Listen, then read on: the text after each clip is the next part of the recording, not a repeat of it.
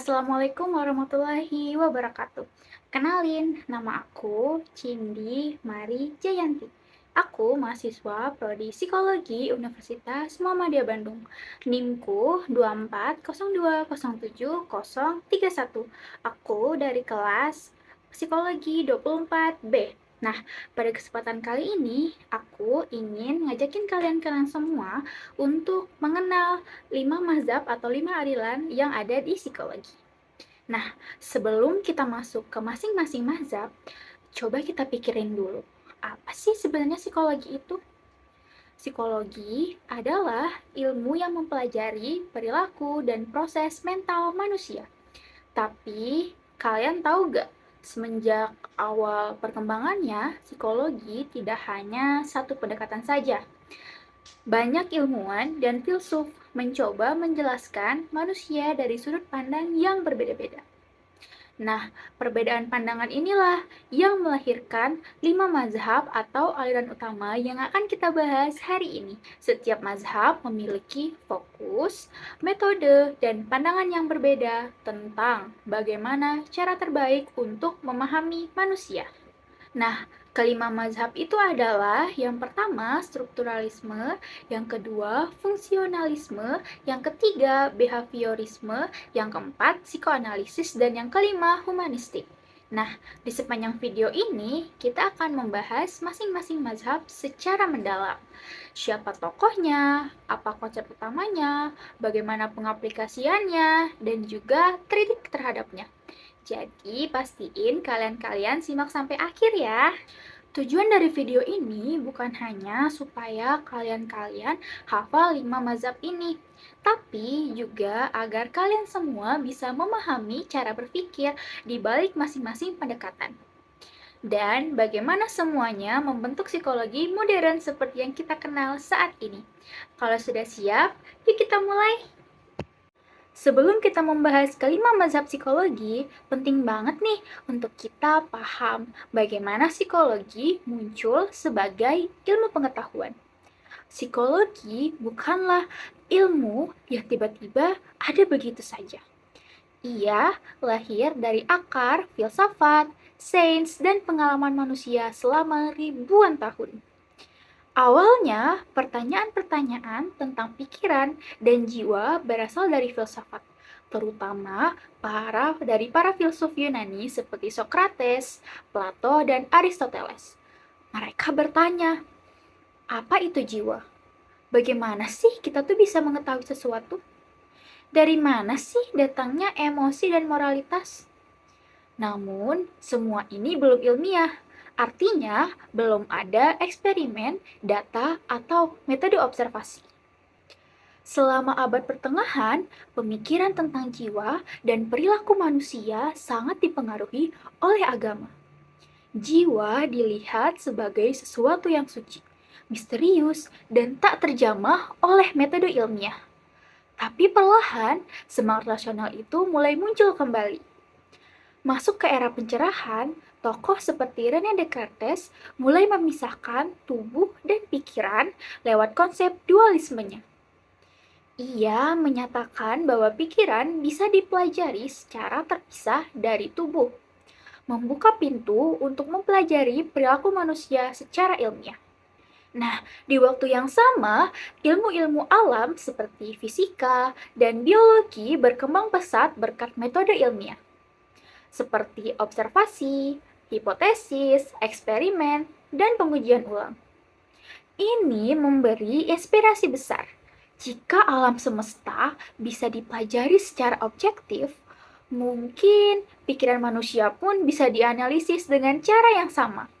Nah, muncul pula pada bidang fisiologi yang mempelajari tubuh manusia secara detail, termasuk sistem saraf dan otak. Orang-orang mulai menyadari bahwa ada hubungan antara aktivitas otak dan perilaku manusia. Dari sinilah muncul pertanyaan penting. Apakah mungkin untuk menjadikan studi tentang pikiran dan sebagai ilmu yang berdiri sendiri? Dan jawabannya adalah iya, mungkin. Pada tahun 1879, di kota Leipzig, Jerman, seorang ilmuwan bernama Wilhelm Wundt mendirikan laboratorium psikologi eksperimental pertama di dunia. Inilah momen yang secara resmi dianggap sebagai kelahiran psikologi sebagai ilmu. Wundt ingin mempelajari bagaimana pengalaman batin manusia seperti persepsi, emosi, dan pikiran dengan metode ilmiah. Ia menggunakan metode yang disebut introspeksi terkontrol, di mana partisipan diminta untuk mengamati dan melaporkan isi pikiran mereka secara sistematis. Meski metodenya nanti banyak dikritik, Wundt telah membuka jalan besar bagi psikologi untuk berkembang menjadi disiplin ilmu sendiri. Setelah itu, psikologi menyebar ke berbagai negara dan mulai berkembang dalam banyak arah. Muncul perdebatan dan perbedaan pendapat. Haruskah psikologi fokus pada pengalaman batin atau hanya pada perilaku yang bisa diamati? Apakah penyebab perilaku lebih dipengaruhi oleh masa lalu, lingkungan, atau potensi diri? Nah, dari pertanyaan-pertanyaan itulah akhirnya muncul berbagai mazhab psikologi atau aliran-aliran besar dengan pendekatan dan fokus yang berbeda-beda. Nah, setelah memahami latar belakang lahirnya psikologi, sekarang kita akan bahas tentang mazhab-mazhab yang pertama, yaitu mazhab yang membentuk fondasi utama, mulai yang dari awal yakni mazhab strukturalisme. Nah, sekarang kita masuk ke pembahasan mazhab pertama dalam sejarah psikologi, yaitu strukturalisme. Strukturalisme sendiri bisa dibilang sebagai batu loncatan pertama bagi psikologi sebagai ilmu yang berdiri sendiri, yakni yang terpisah dari filsafat. Walaupun pendekatan ini sekarang sudah tidak lagi digunakan secara luas, kontribusinya sangat besar dalam membentuk fondasi awal dari psikologi sebagai ilmu. Nah, di sini aku akan ngejelasin tentang latar belakang munculnya strukturalisme. Seperti yang sudah kita bahas di bagian sebelumnya, bahwa sebelum psikologi menjadi disiplin ilmu, ia berada di bawah payung filsafat dan fisiologi. Ketika Wilhelm Wundt mendirikan laboratorium psikologi pertama di Leipzig pada tahun 1879, itulah momen revolusioner. Ia memperkenalkan pendekatan eksperimental untuk memahami kesadaran manusia. Namun, tokoh yang kemudian benar-benar mengembangkan dan memberi identitas khusus pada strukturalisme adalah Edward Bradford Titchener, murid langsung dari Wundt. Titchener membawa gagasan-gagasan gurunya ke Inggris dan Amerika. Lalu ia membentuk suatu aliran yang disebut strukturalisme. Nah, apa sih tujuan dan fokus dari strukturalisme ini sendiri? Nah, strukturalisme berusaha menjawab pertanyaan berikut. Apa sih struktur dasar dari pikiran manusia? Titchener percaya bahwa kesadaran manusia bisa dipecah menjadi bagian-bagian kecil, seperti atom-atom dalam kimia. Ia ingin mengidentifikasi yang pertama, sensasi, yakni pengalaman fisik seperti warna, suara, dan tekstur. Yang kedua, yaitu perasaan, yakni emosi atau afek yang menyertai sensasi. Yang ketiga adalah citra mental atau image, yakni representasi visual atau mental dari sesuatu. Dengan mengklasifikasikan elemen-elemen dasar ini, ia berharap ia bisa memahami cara kerja keseluruhan pikiran manusia. Nah, untuk mengeksplorasi pikiran, Titchener menggunakan metode yang disebut dengan introspeksi sistematis. Tapi, ini bukan sekadar merenung seperti apa yang mungkin kita bayangkan. Introspeksi versi Titchener adalah proses terstruktur dan ilmiah, di mana peserta eksperimen dilatih untuk mengamati isi kesadaran mereka secara sangat detail.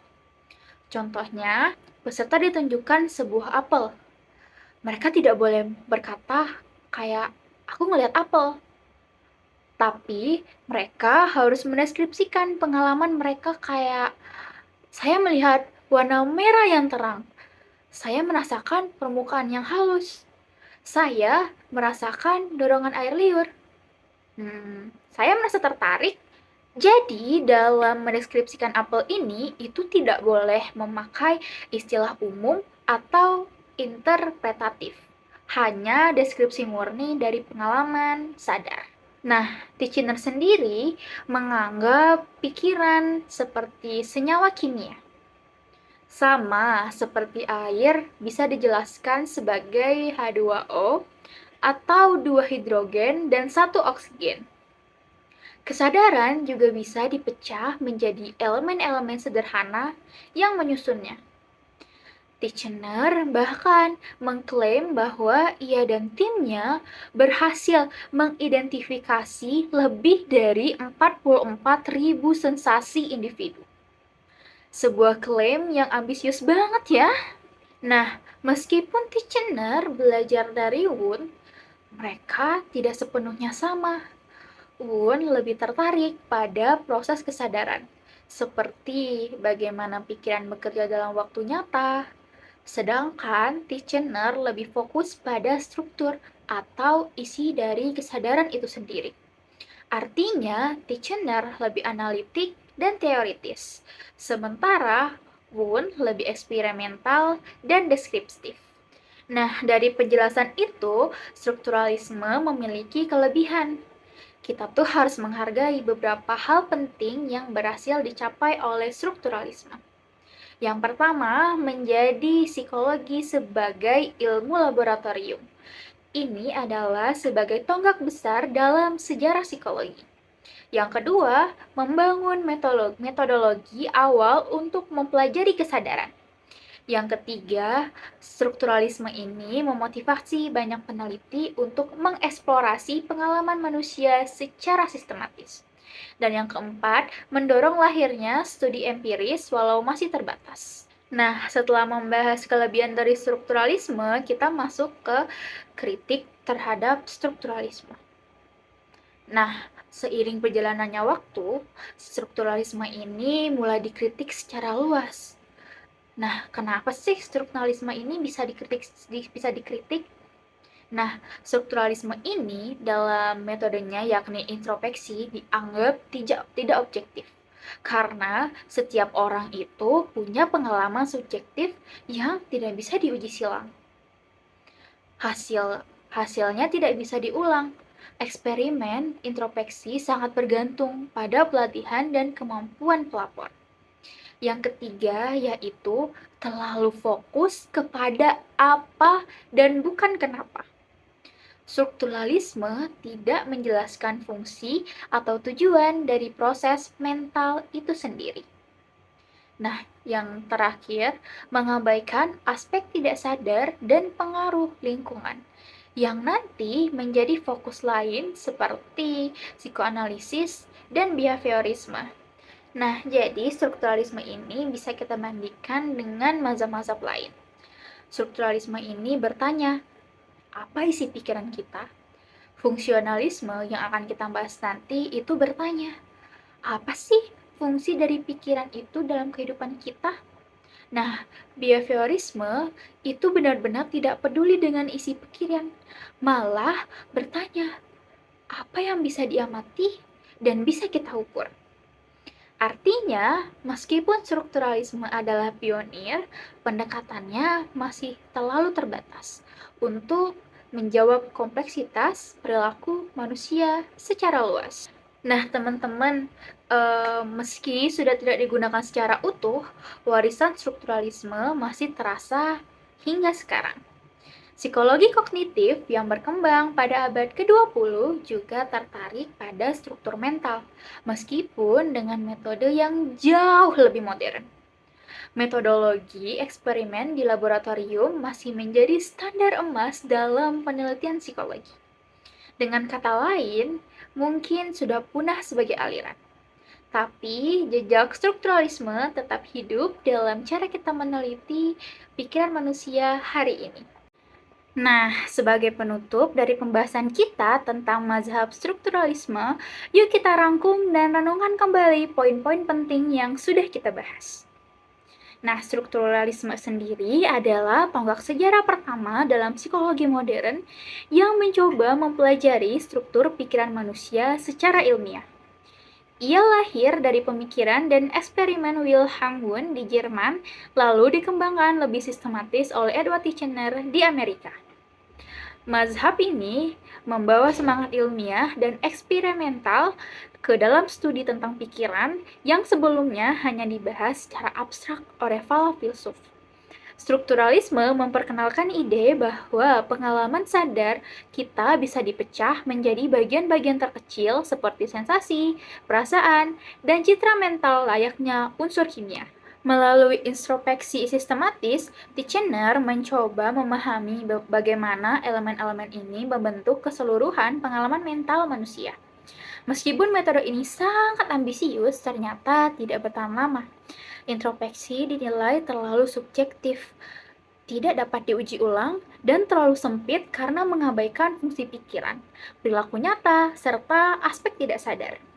Namun, kita tidak bisa melupakan kontribusi besar strukturalisme. Tanpa mazhab ini, mungkin psikologi tidak akan pernah masuk ke laboratorium dan berkembang menjadi ilmu seperti sekarang. Strukturalisme membuka jalan bagi pertanyaan-pertanyaan baru yang kemudian dijawab oleh mazhab-mazhab berikutnya, mulai dari fungsionalisme, behaviorisme, psikoanalisis, hingga humanistik. Nah, dalam sejarah ilmu, langkah pertama mungkin tidak sempurna, tapi justru sangat penting.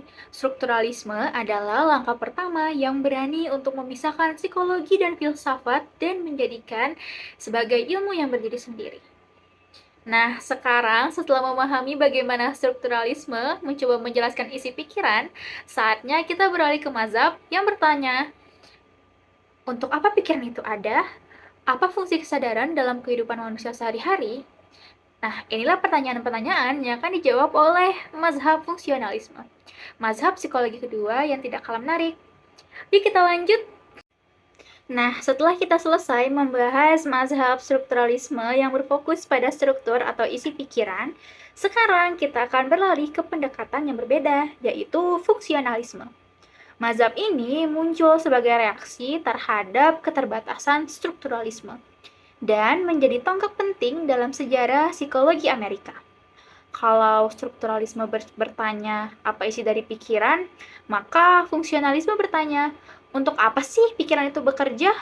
Apa sih fungsi dari kesadaran dalam kehidupan nyata? Nah, pertama-tama kita akan membahas tentang latar belakang munculnya mazhab fungsionalisme. Nah, fungsionalisme ini sendiri mulai berkembang pada akhir abad ke-19 hingga awal abad ke-20, terutama di Amerika Serikat. Aliran ini sangat dipengaruhi oleh teori evolusi Charles Darwin yang menyatakan bahwa semua perilaku dan proses mental manusia berkembang karena fungsinya dalam bertahan hidup. Tokoh utama fungsionalisme adalah William James, seorang filsuf dan psikolog dari Harvard University. Ia sering disebut sebagai Bapak Psikologi Amerika. Nah, setelah selesai kita membahas tentang latar belakang mazhab fungsionalisme, kita akan membahas tokoh-tokoh penting dalam mazhab fungsionalisme. Siapa aja sih tokoh-tokoh penting yang berperan dalam mazhab fungsionalisme ini? Nah, beberapa tokoh penting dalam mazhab ini antara lain yaitu yang pertama William James, yakni penulis buku klasik Of the Principle of Psychology pada tahun 1890, yang menekankan pentingnya fungsi dari kesadaran. Yang kedua adalah John Dewey, yakni tokoh pendidikan progresif yang juga menekankan prinsip fungsionalisme dalam dunia pendidikan. Yang ketiga itu ada James Rowland Angel, yang mana membantu mendefinisikan fungsionalisme sebagai cabang psikologi Amerika yang mandiri. Yang keempat yaitu Harvey Kerr, yang mana meneliti proses adaptasi dan hubungan antara pikiran dan perilaku. Nah, apa sih fokus utama dalam mazhab fungsionalisme ini? Fungsionalisme tertarik pada bagaimana pikiran bekerja, bukan hanya apa isinya. Pertanyaan yang mereka ajukan adalah, apa sih fungsi dari kesadaran? Bagaimana sih pikiran membantu kita beradaptasi dengan lingkungan? Bagaimana sih proses mental berperan dalam pembelajaran, pengambilan keputusan, atau bertahan hidup? Nah, dari pertanyaan-pertanyaan itu bisa kita ambil contoh sederhana. Misalnya, pada saat kamu lapar dan melihat makanan. Fungsionalisme tidak hanya tertarik pada sensasi perasaanmu terhadap makanan itu, seperti yang dilakukan oleh strukturalisme. Tapi fungsionalisme juga ingin tahu, mengapa sih kamu merasa lapar? Bagaimana sih pikiran kamu mengarahkan kamu untuk mencari makanan? Bagaimana sih proses berpikir ini membantu kelangsungan hidupmu? Nah, berbeda dengan strukturalisme yang sangat mengandalkan introspeksi, fungsionalisme menggunakan berbagai metode.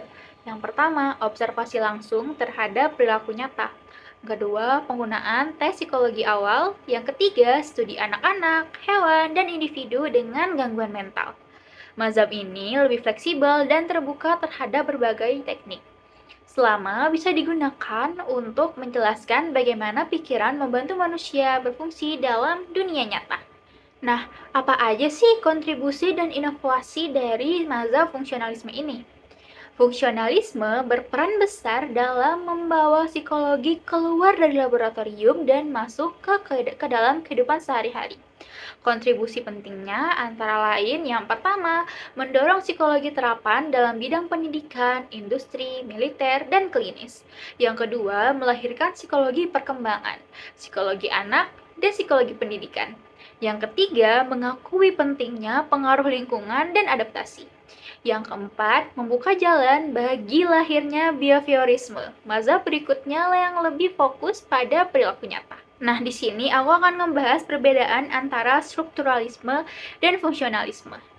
Nah, strukturalisme itu fokus pada struktur pikiran, sedangkan fungsionalisme fokus pada fungsi pikiran. Strukturalisme ini menggunakan introspeksi, nah sedangkan fungsionalisme menggunakan observasi dan eksperimen. Strukturalisme ini bertujuan untuk mengklasifikasi elemen kesadaran, sedangkan fungsionalisme tujuannya itu untuk memahami adaptasi dan perilaku. Strukturalisme lebih teoritis, sedangkan fungsionalisme itu lebih praktis dan juga ilmu terapan. Strukturalisme ini berkembang di Eropa atau Jerman, sedangkan fungsionalisme berkembang di Amerika Serikat. Nah, meskipun fungsionalisme ini lebih fleksibel dan aplikatif, fungsionalisme tak luput dari kritik. Kritiknya yang pertama adalah tidak memiliki definisi dan batasan yang jelas sebagai aliran ilmiah. Yang kedua, kurang memiliki teori yang terpadu karena terlalu luas dan beragam. Yang ketiga, akhirnya banyak konsep fungsionalisme diadopsi oleh aliran-aliran lain dan mazhab ini perlahan kehilangan identitasnya sendiri. Nah, meskipun sebagai mazhab formal, fungsionalisme tidak lagi dominan. Pengaruhnya sangat luas dan terasa hingga sekarang. Psikologi kognitif, evolusioner, dan psikologi terapan semuanya memiliki akar dari pendekatan fungsionalisme. Dunia pendidikan, desain kurikulum, bahkan psikologi kerja banyak menggunakan prinsip fungsionalisme, yaitu melihat fungsi psikologis dalam konteks nyata. Nah, oke teman-teman, sebelum kita lanjut ke mazhab berikutnya, yuk kita ambil waktu sebentar untuk merenungkan dan merangkum pembahasan kita tentang mazhab fungsionalisme. Nah, fungsionalisme ini lahir sebagai reaksi terhadap strukturalisme. Karena para psikolog saat itu merasa bahwa mengurai pikiran menjadi elemen-elemen kecil saja tidak cukup menjelaskan bagaimana manusia berpikir dan bertindak dalam kehidupan nyata. Fungsionalisme menawarkan cara pandang baru, yakni bahwa yang penting bukan hanya isi pikiran, tapi fungsi pikiran itu sendiri. Pikiran dan kesadaran bukan sekadar kumpulan sensasi atau ide, melainkan alat-alat adaptasi untuk bertahan hidup, belajar, dan berinteraksi dengan lingkungan. Nah, mazhab fungsionalisme ini tuh sangat dipengaruhi oleh gagasan evolusi Darwin dan menempatkan manusia sebagai makhluk hidup yang aktif dan terus menyesuaikan diri dengan tantangan lingkungannya. Tokoh-tokohnya seperti William James dan John Dewey membawa psikologi ke arah yang lebih dinamis, terapan, dan praktis. Fungsionalisme ini memperluas cangkupan psikologi. Ia memperkenalkan studi tentang anak-anak, hewan, pendidikan, dan bahkan gangguan mental. Ia membuka pintu bagi lahirnya psikologi terapan, psikologi pendidikan, dan psikologi industri.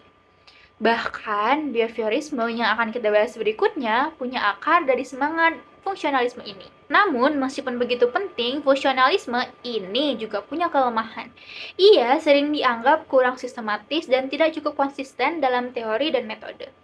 Tapi di balik semua itu, warisannya tetap terasa hingga hari ini ketika kita bertanya, apa sih fungsi emosi? Mengapa sih manusia berpikir seperti itu dalam konteks sosial?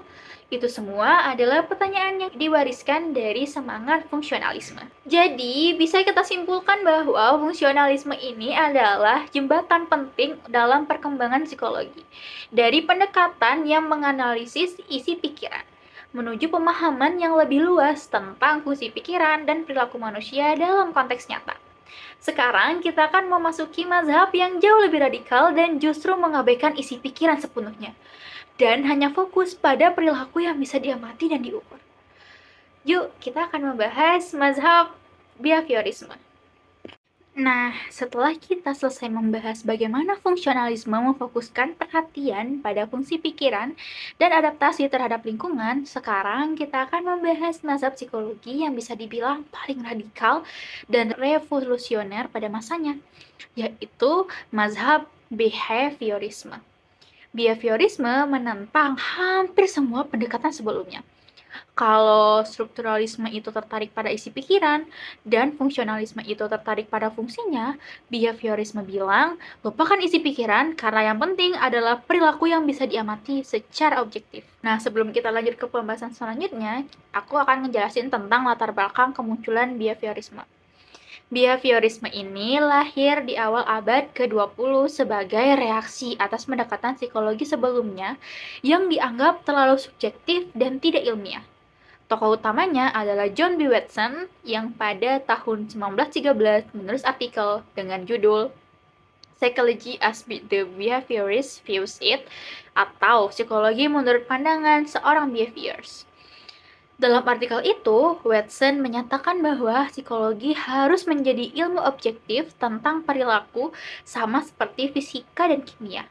Ia menolak introspeksi, kesadaran, dan pengalaman subjektif sebagai objek studi utama. Nah, apa aja sih prinsip-prinsip dasar dari behaviorisme ini sendiri?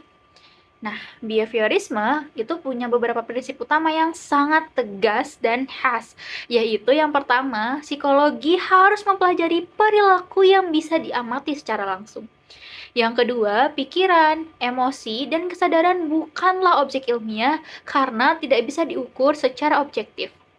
Yang ketiga, semua perilaku manusia dan hewan dapat dipelajari melalui interaksi dengan lingkungan, lewat proses stimulus atau respon. Yang keempat, perilaku dibentuk oleh penguatan atau reinforcement dan hukuman punishment. Nah, siapa aja sih tokoh-tokoh penting atau tokoh-tokoh utama dari mazhab behaviorisme ini? Yang pertama itu ada John B. Watson atau pendiri aliran behaviorisme ini.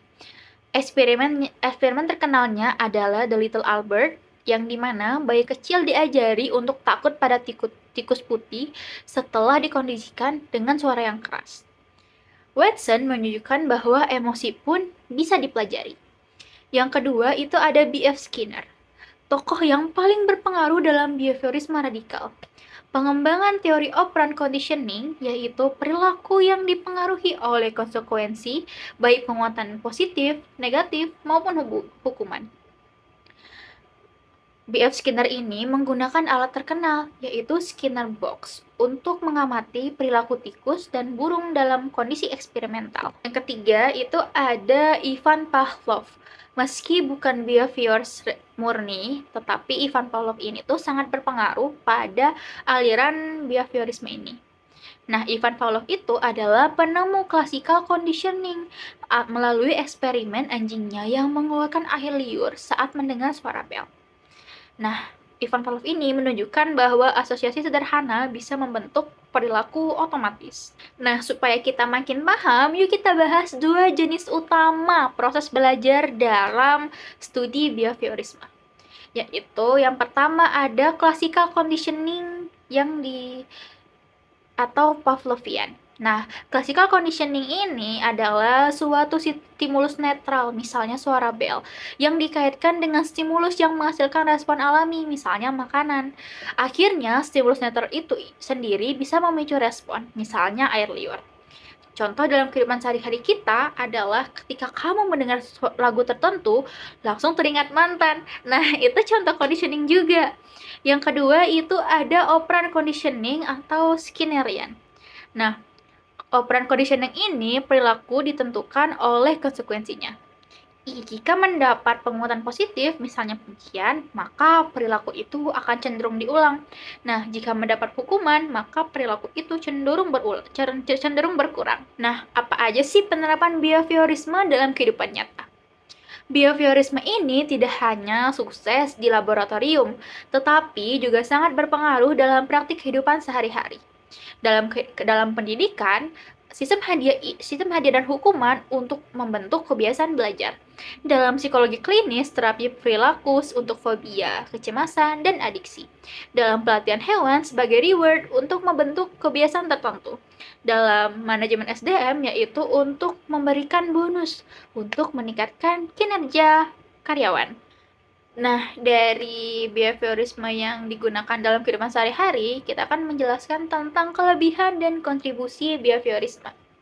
Nah, behaviorisme ini punya banyak kontribusi penting, yakni membawa psikologi menjadi ilmu yang benar-benar ilmiah, berbasis eksperimen, mengembangkan teori belajar yang sistematis, menyediakan terapi praktis yang terbukti secara efektif.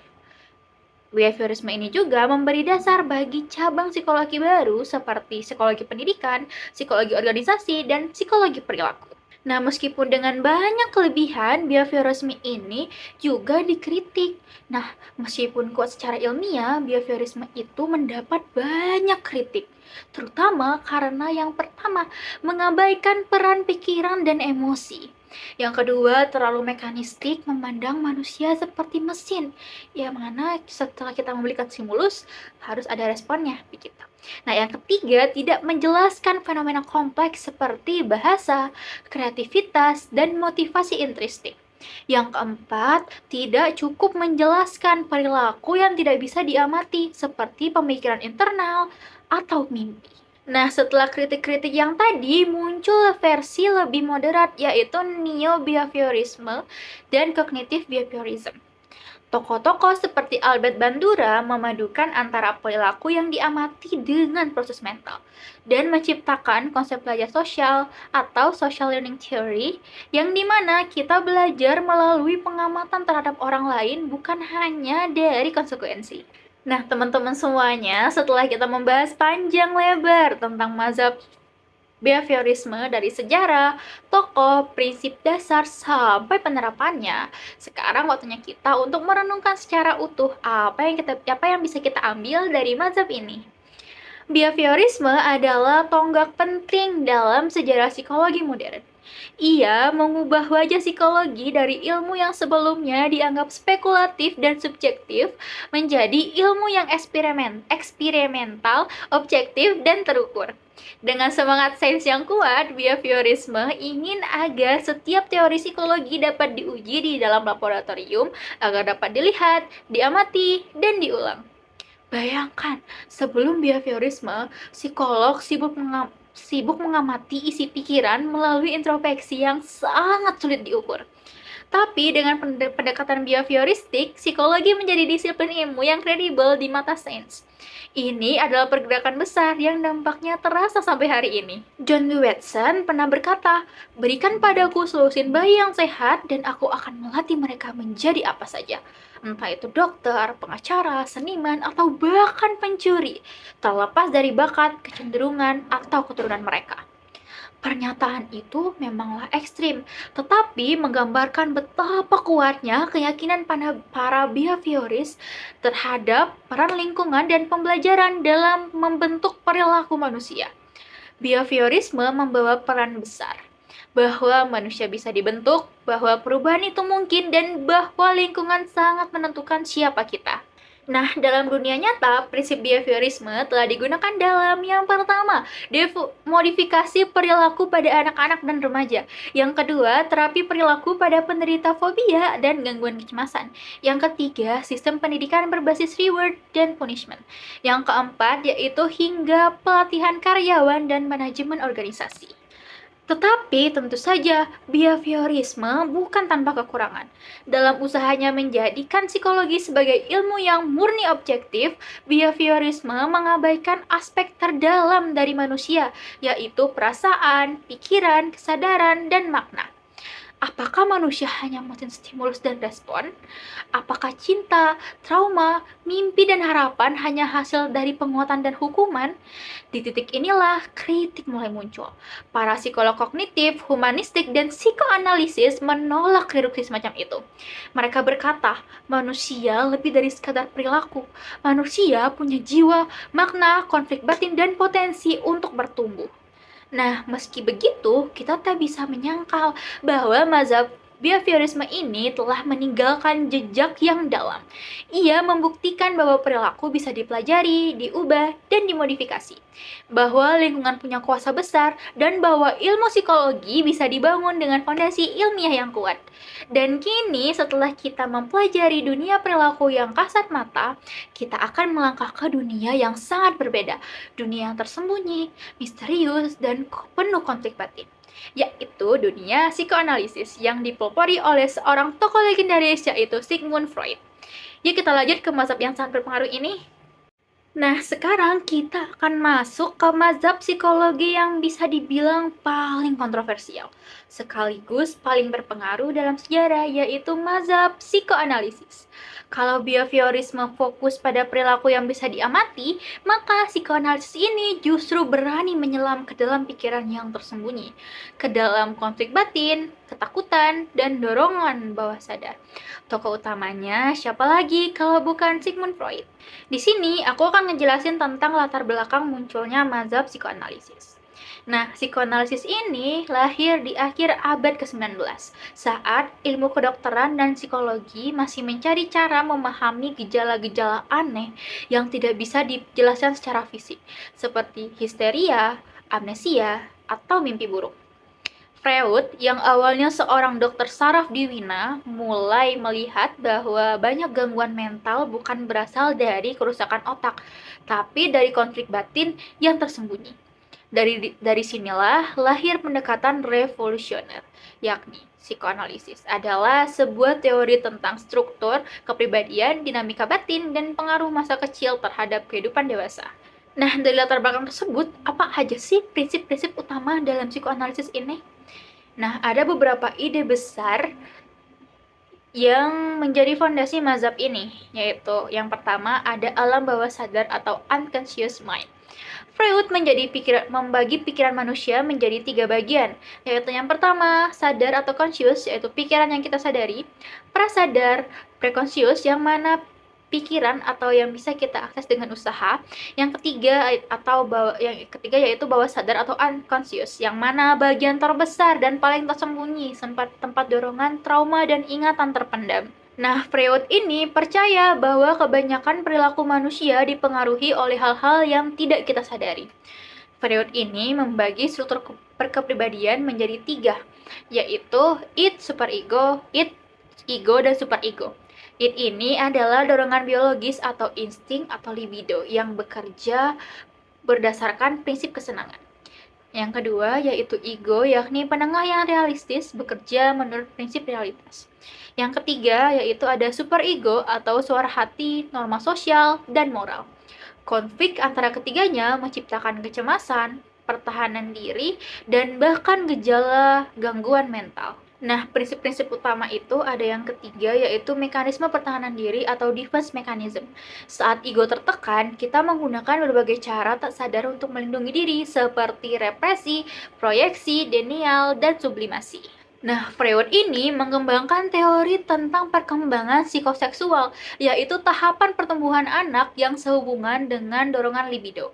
Yaitu yang pertama, fase oral yang terjadinya pada usia 0 sampai 1 tahun. Yang kedua, itu fase anal yang terjadi pada usia 1 sampai 3 tahun. Yang ketiga, yaitu fase falik yang terjadi pada rentan usia 3 sampai 6 tahun. Yang keempat yaitu fase latensi yang terjadi pada rentan usia 6 sampai 12 tahun dan yang kelima yaitu genital yang mana terjadi pada usia remaja hingga dewasa. Jika seseorang mengalami konflik atau trauma di satu tahap, maka akan terjadi fiksasi yang mempengaruhi kepribadiannya di masa dewasa. Nah, contohnya adalah orang yang terlalu dimanja saat oral bisa tumbuh menjadi pribadi yang pasif atau pribadi yang suka menggigit kuku. Nah, Freud ini juga mengembangkan terapi yang disebut dengan psikoanalisis klinik dengan teknik-teknik seperti yang pertama itu asosiasi bebas, yang mana pasien bicara secara bebas tanpa sensor. Yang kedua itu analisis mimpi. Mimpi dianggap sebagai jalan menuju alam bawah sadar. Yang ketiga itu transferensi atau pasien memproyeksikan perasaannya kepada terapis. Nah, tujuan dari terapi ini adalah untuk membawa konflik bawah sadar ke permukaan agar bisa disadari dan disembuhkan. Nah, setelah Freud, muncul banyak tokoh lain yang mengembangkan atau mengkritik psikoanalisis. Yaitu yang pertama, Carl Jung, yang mana mengembangkan konsep ketidaksadaran kolektif dan archetype, yang mana menganggap bahwa manusia juga memiliki dorongan spiritual, bukan hanya dorongan seksual. Yang kedua itu ada Alfred Adler, yang mana fokus pada perasaan rendah diri dan dorongan untuk berprestasi. Alfred Adler ini memperkenalkan konsep kompleks inferioritas. Yang ketiga itu ada Erik Erikson, yang mana Erik Erikson ini menyusun tahapan perkembangan psikososial, lebih menekankan faktor sosial daripada seksual. Erik Erikson ini membahas perkembangan kepribadian sepanjang usia atau seumur hidup. Nah, setelah penjelasan-penjelasan yang tadi, bagaimana sih cara kita menerapkan psikoanalisis dalam kehidupan kita sehari-hari? Nah, psikoanalisis ini berperan besar dalam psikoterapi, yang mana menjadi dasar terapi psikodinamis modern. Yang dalam psikologi klinis dan konseling, dalam sastra dan seni, yakni menganalisis tokoh dan simbol dalam karya sastra. Dalam film, budaya pop, dan pendidikan, banyak tokoh, tema, dan simbol yang dipengaruhi oleh Freud. Nah, dari hal-hal yang berpengaruh oleh psikoanalisis ini, psikoanalisis itu memiliki banyak kritik, kayak yang pertama tidak ilmiah karena banyak teorinya itu tidak bisa diuji secara empiris. Yang kedua terlalu fokus pada seksualitas dan masa kecil. Yang ketiga itu subjektif dan lambat dalam proses terapi. Namun banyak ide Freud yang tetap relevan dan menginspirasi terutama dalam memahami kompleksitas jiwa manusia. Nah, setelah kita menjelajahi dunia psikoanalisis, satu hal yang bisa kita simpulkan adalah bahwa psikologi bukan hanya soal perilaku yang bisa dilihat mata, melainkan tentang perjalanan ke dalam diri yang dalam dan kompleks. Sigmund Freud telah mengubah cara kita untuk memandang manusia. Ia mengajarkan bahwa tidak semua yang membentuk diri kita itu kita sadari. Sebaliknya, justru banyak bagian dari siapa diri kita yang sebenarnya tersimpan di alam bawah sadar, yang memengaruhi keputusan, impian, relasi, dan bahkan penderitaan kita. Dengan teori ego dan superego, Freud menunjukkan bahwa manusia hidup dalam konflik batin terus-menerus antara dorongan naluriah, norma sosial, dan realitas. Dalam konflik itu, meski tak terlalu nampak, bisa membentuk kepribadian kita seumur hidup. Nah, psikoanalisis ini juga membawa kita pada pemahaman penting tentang masa kecil dan relasi awal dengan orang tua. Freud menunjukkan bahwa pengalaman traumatis di usia dini dapat membentuk luka batin yang terbawa hingga dewasa, dan seringkali terwujud dalam bentuk kecemasan, depresi, atau pola hubungan yang tidak sehat. Ia juga menunjukkan bahwa mimpi bukan hanya bunga tidur, tetapi jendela menuju alam bawah sadar. Mimpi adalah pesan dari dalam diri yang sering kita abaikan. Dengan terapi psikoanalisis, Freud membuka ruang aman bagi manusia untuk mengenal dirinya lebih jujur, mengurai luka lama, dan menyembuhkan diri melalui kesadaran. Namun, tentu saja psikoanalisis bukan tanpa kritik. Banyak ilmuwan menolak pendekatan Freud karena dianggap tidak ilmiah, terlalu fokus pada seksualitas, dan sulit diuji secara objektif. Tetapi, terlepas dari semua kontroversi itu, psikoanalisis tetap menjadi salah satu mazhab yang paling berpengaruh dalam sejarah psikologi. Bahkan hingga saat ini, banyak terapis dan konselor masih menggunakan pendekatan psikoanalitik dalam memahami kliennya. Di dunia sastra, seni, bahkan film, konsep-konsep Freud seperti kompleks Oedipus, represi, alam bawah sadar menjadi inspirasi yang tak habis-habisnya. Mazhab psikoanalisis mengingatkan kita bahwa menjadi manusia berarti memiliki kedalaman batin yang luar biasa, yang kadang menakutkan tapi juga indah. Bahwa untuk benar-benar memahami orang lain, kita harus berani memahami diri sendiri, termasuk bagian yang gelap dan tidak nyaman. Freud pernah berkata, bersikap benar-benar jujur pada diri sendiri adalah latihan yang sangat baik. Dari situlah kekuatan psikoanalisis, mengajak kita untuk berani melihat ke dalam, berani menyelami luka, dan pada akhirnya berani berubah. Dengan itu, mari kita tutup pembahasan tentang psikoanalisis dan bersiap masuk ke mazhab berikutnya yang jauh lebih optimis, yaitu mazhab humanistik atau eksistensial, yang percaya bahwa setiap manusia memiliki potensi untuk bertumbuh, mencintai, dan menemukan makna hidupnya. Nah, sekarang kita akan masuk ke mazhab psikologi terakhir yang akan kita bahas pada kesempatan kali ini, yakni mazhab humanistik dan eksistensial.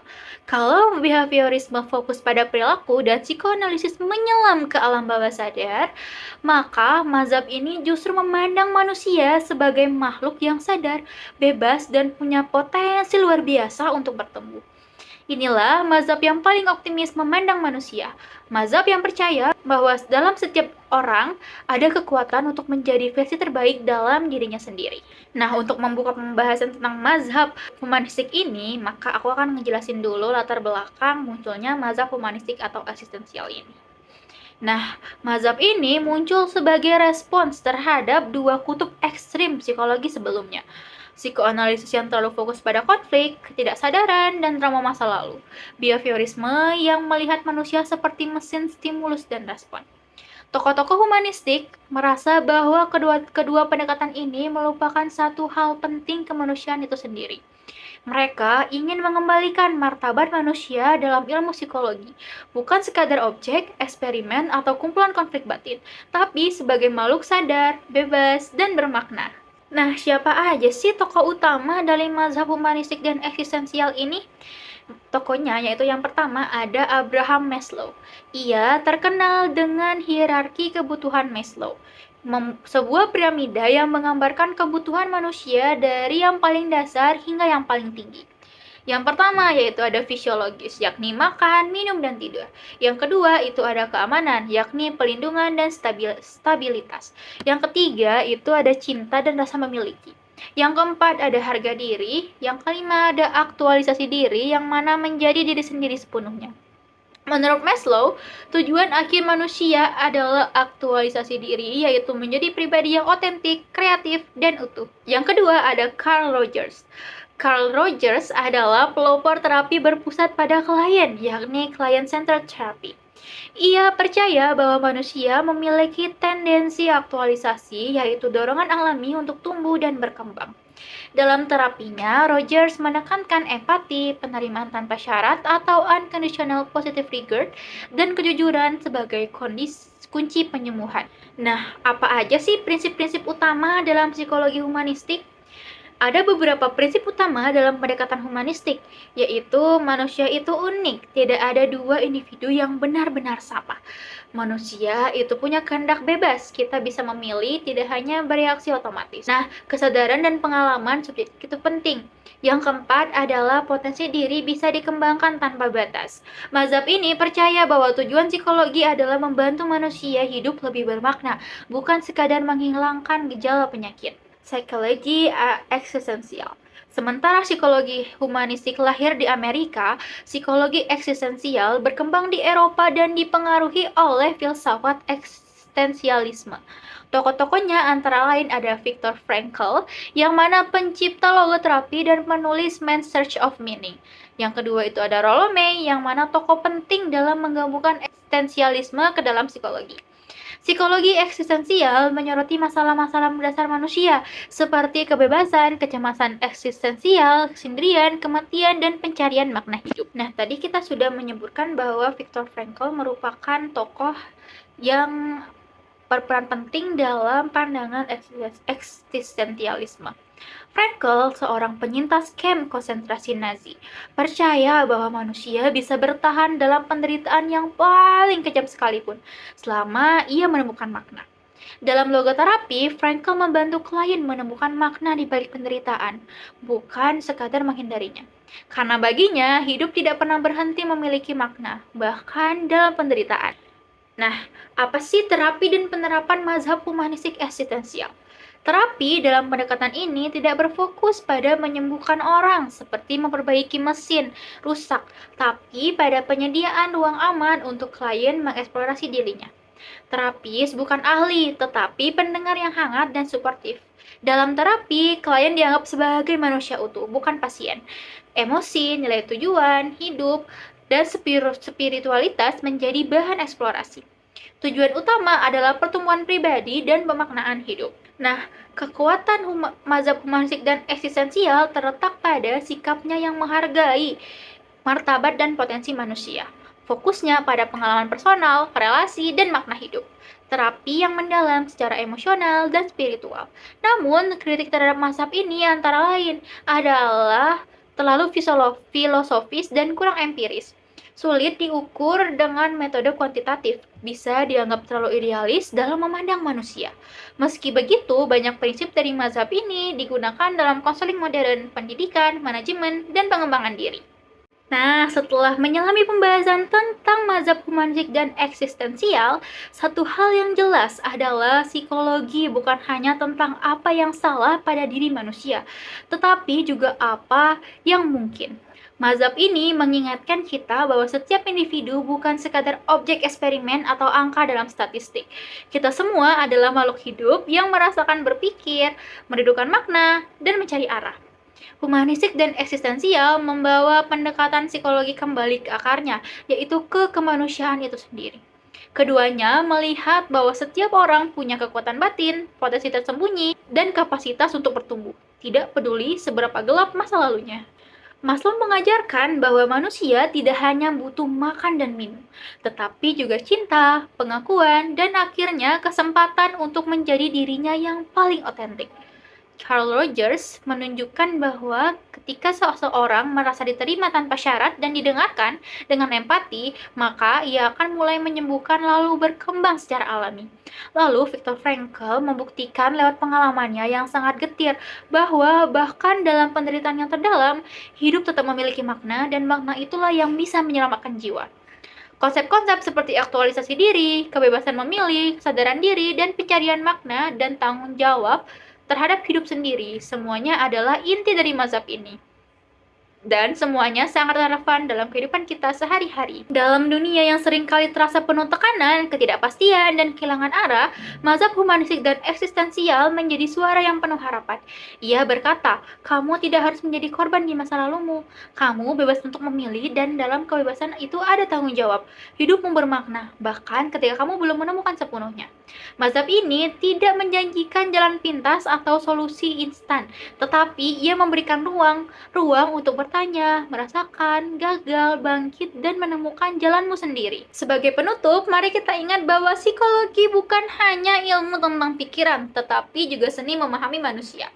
Dalam mazhab humanistik eksistensial telah menyumbang kontribusi besar dalam menjadikan psikologi lebih utuh, lebih hangat, lebih sadar, dan lebih manusiawi.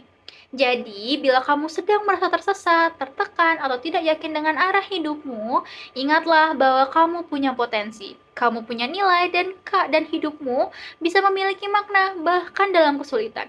Seperti yang dikatakan Viktor Frankl, those who have a why to live can bear almost anyhow. Mereka yang memiliki alasan untuk hidup bisa menghadapi segala tantangan dalam hidup. Dan seperti kata Maslow, what a man can be, he must be. Yakni, apa yang bisa dicapai seseorang harus ia kejar. Itulah semangat dari mazhab ini, menjadi manusia sepenuhnya. Nah, teman-teman, setelah kita berjalan cukup jauh dan mendalam melalui 5 mazhab besar dalam sejarah psikologi, kini saatnya kita menutup perjalanan ini dengan merenungkan kembali apa sebenarnya yang ingin dicapai oleh psikologi. Kita telah belajar bagaimana strukturalisme mencoba memahami struktur pikiran dengan membedah elemen-elemen kesadaran manusia. Fungsionalisme membawa kita melihat fungsi mental dalam kehidupan sehari-hari, bagaimana pikiran membantu kita beradaptasi. Behaviorisme menekankan bahwa yang penting adalah perilaku yang bisa diamati dan diukur, mengubah psikologi menjadi ilmu yang objektif dan terukur. Psikoanalisis mengajak kita menyelami dunia bawah sadar, trauma masa kecil, dan konflik yang tersembunyi. Dan akhirnya, mazhab humanistik dan eksistensial memulihkan martabat manusia sebagai makhluk yang bebas, sadar, dan penuh potensi. Nah, setiap mazhab lahir dari zaman dan pemikiran yang berbeda, dengan pendekatan dan fokus dan juga yang berbeda. Tapi kalau kita perhatikan lebih dalam, semuanya memiliki satu benang merah, yakni mereka semua ingin menjawab pertanyaan yang sama, apa artinya menjadi manusia? Psikologi bukan hanya tentang eksperimen, data, atau teori. Psikologi adalah cermin untuk melihat ke dalam diri, mengenali siapa kita, dan memahami mengapa kita berpikir, merasa, dan bertindak seperti ini. Di era modern ini, mazhab-mazhab psikologi sudah tidak lagi berjalan sendiri-sendiri. Sebaliknya, banyak pendekatan saat ini justru merupakan gabungan dari berbagai mazhab, menggabungkan kekuatan dari behaviorisme, psikoanalisis, humanistik, dan kognitif.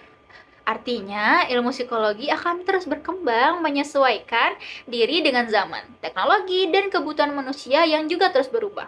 Dan kamu yang sedang belajar psikologi hari ini adalah bagian dari perjalanan besar itu. Kamu bukan hanya sekadar belajar untuk lulus ujian atau menyelesaikan tugas video, tapi kamu sedang mempelajari cara untuk memahami diri kamu sendiri, orang-orang di sekitarmu, dan dunia tempat kamu hidup. Mungkin suatu hari nanti kamu juga akan membantu orang lain memahami dan menyembuhkan dirinya, seperti yang dilakukan oleh tokoh-tokoh besar tadi. Jadi, teruslah belajar, teruslah bertanya, dan jangan lupa, seperti kata Rogers, the good life is a process, not state of being, it is a direction, not destination. Hidup yang baik adalah proses yang terus bergerak, bukan keadaan yang statis. Terima kasih telah menyimak video ini sampai akhir. Semoga ilmu yang kita pelajari hari ini bisa jadi pijakan untuk hidup yang lebih sadar, lebih bermakna, dan lebih manusiawi. Sampai jumpa di video berikutnya.